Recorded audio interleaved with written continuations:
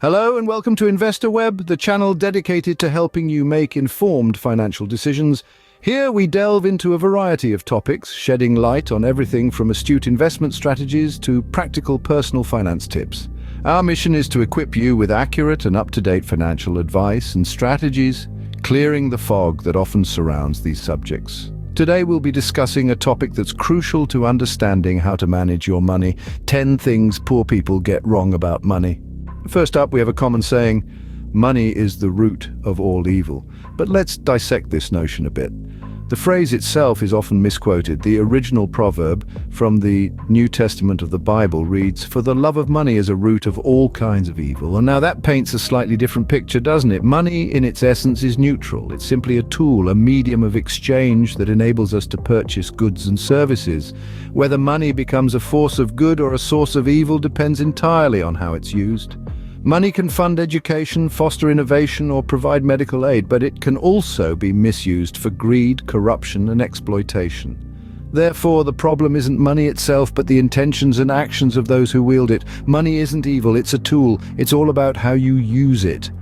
Next, we have the belief that wealth is reserved for a select few. It's a common misconception that many of us hold, but here's the truth. Wealth isn't a private club, it's not a secret society, it's a path that's open to everyone, regardless of where you're starting from. The keys to this path: the right mindset, financial literacy, and a strong work ethic. A mindset that sees possibilities instead of limitations, that views money as a tool, not a master. Financial literacy, understanding how money works, how it grows, how it can be managed effectively. And work ethic, the willingness to put in the effort, to make sacrifices, to persevere even when the going gets tough. So forget about the lottery or the inheritance you're hoping for. Focus instead on cultivating these 3 keys, because at the end of the day, wealth isn't exclusive. It's accessible to everyone who's willing to work for it. Many people believe that saving is better than investing. Now, don't get me wrong. Saving is crucial, but it's not the most effective way to grow your wealth. Let's think about it. When you save money, it just sits there. It's safe, but it's not working for you.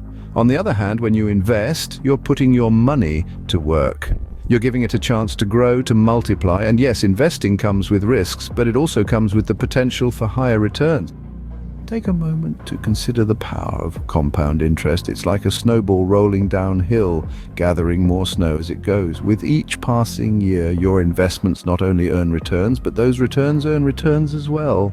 This is how wealth grows over time. So while saving is a good starting point, it's investing that can truly fuel your financial journey. Remember, investing, not saving, is the key to growing your wealth. Another common belief is that you need money to make money. This notion, while seemingly logical, is far from the whole truth. It's an assumption that can stall your financial growth before it even begins. The reality is, you don't need to be a millionaire to start investing. You can begin with a small amount, even as little as the cost of a daily cup of coffee. The trick is to start early and let the magic of compounding do its work. Over time, even modest investments can blossom into substantial wealth. It's all about patience, discipline, and the power of compound interest. Moreover, there are numerous investment platforms today that enable micro-investing, allowing you to invest spare change and small amounts frequently. So the barrier to entry in the world of investing is lower than you might think. Remember, everyone starts somewhere. Even the most successful investors had to take that first step. You don't need a fortune to start making one. Many people shy away from risk, believing it's bad. This common misconception often leads to missed opportunities and stifled financial growth. It's important to understand that risk is not inherently bad. In fact, it's an essential part of investing and achieving financial success. Risk is the potential for uncontrolled loss of something of value. In finance, it refers to the degree of uncertainty about the return on an investment. But here's the catch. Without risk, there is no reward. Every successful investor knows that calculated risk is a necessary stepping stone on the path to wealth. What we need to avoid is uncalculated risk. This is when you jump into an investment without doing your due diligence, without understanding the potential pitfalls, and without a backup plan in case things go south. In essence, risk is like fire. Handled properly, it can cook your food and keep you warm. Handled carelessly, it can burn your house down. Risk isn't bad, uncalculated risk is. Another misconception is that all debt is bad. But let's clear the air on this one. Debt, like most things, isn't inherently good or bad. It's how you use it that makes the difference. Imagine debt as a tool. You can use it to build something extraordinary, or you can misuse it and end up in a mess. Good debt, or productive debt, is when you borrow money to invest in assets. These could be properties, businesses, education, or anything else that has the potential to grow in value over time.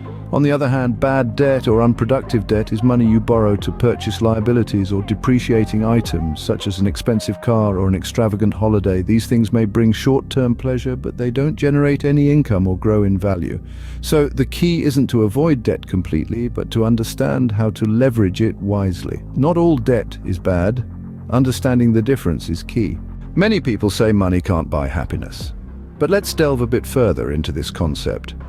Imagine a life where you're free from the constant worry of paying bills, where you can afford quality education for your children, and where you can explore the world without any financial constraints.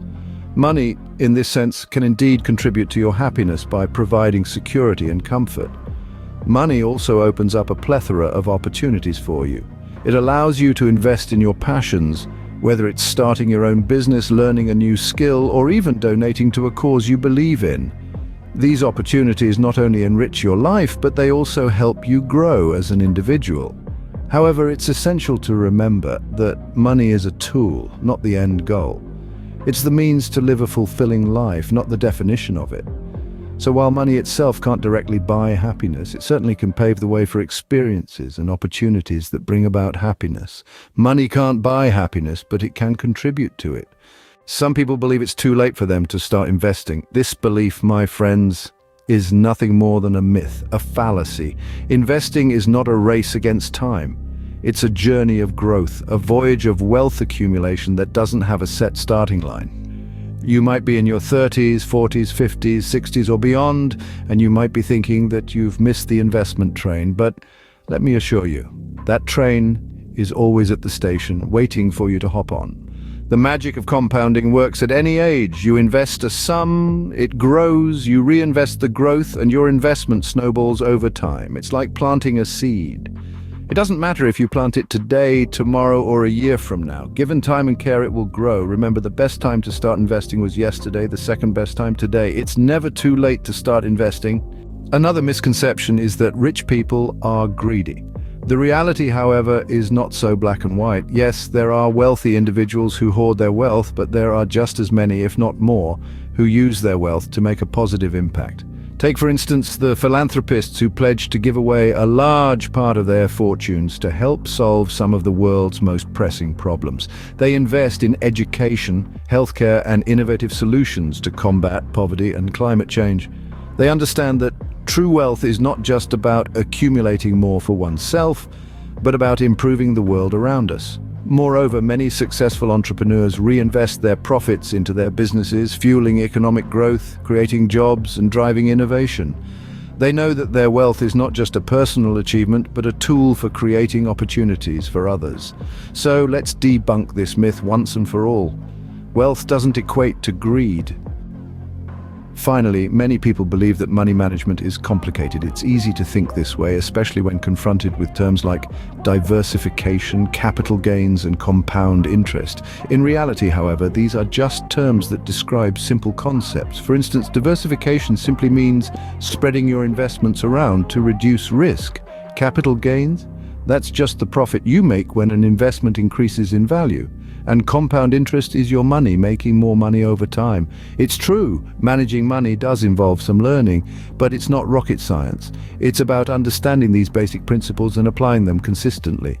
It's about budgeting, knowing where your money is going and making sure it's working for you. It's about planning for the future and being disciplined enough to stick to that plan. In essence, money management isn't complicated. It just requires knowledge and discipline. With a bit of financial literacy and a dash of self-control, anyone can master it. So, those were the 10 misconceptions that poor people often have about money. From falsely equating money to evil, to believing wealth is unattainable and risking is bad. We've debunked the myth that saving trumps investing and clarified that you don't need money to make money. We've also dispelled the notion that all debt is bad. Money can't buy happiness. It's too late to start investing. Rich people are greedy, and that managing money is complicated. Remember, financial literacy is key. Thanks for watching. If you found this video helpful, don't forget to subscribe to Investor Web for more financial advice and strategies. See you next time.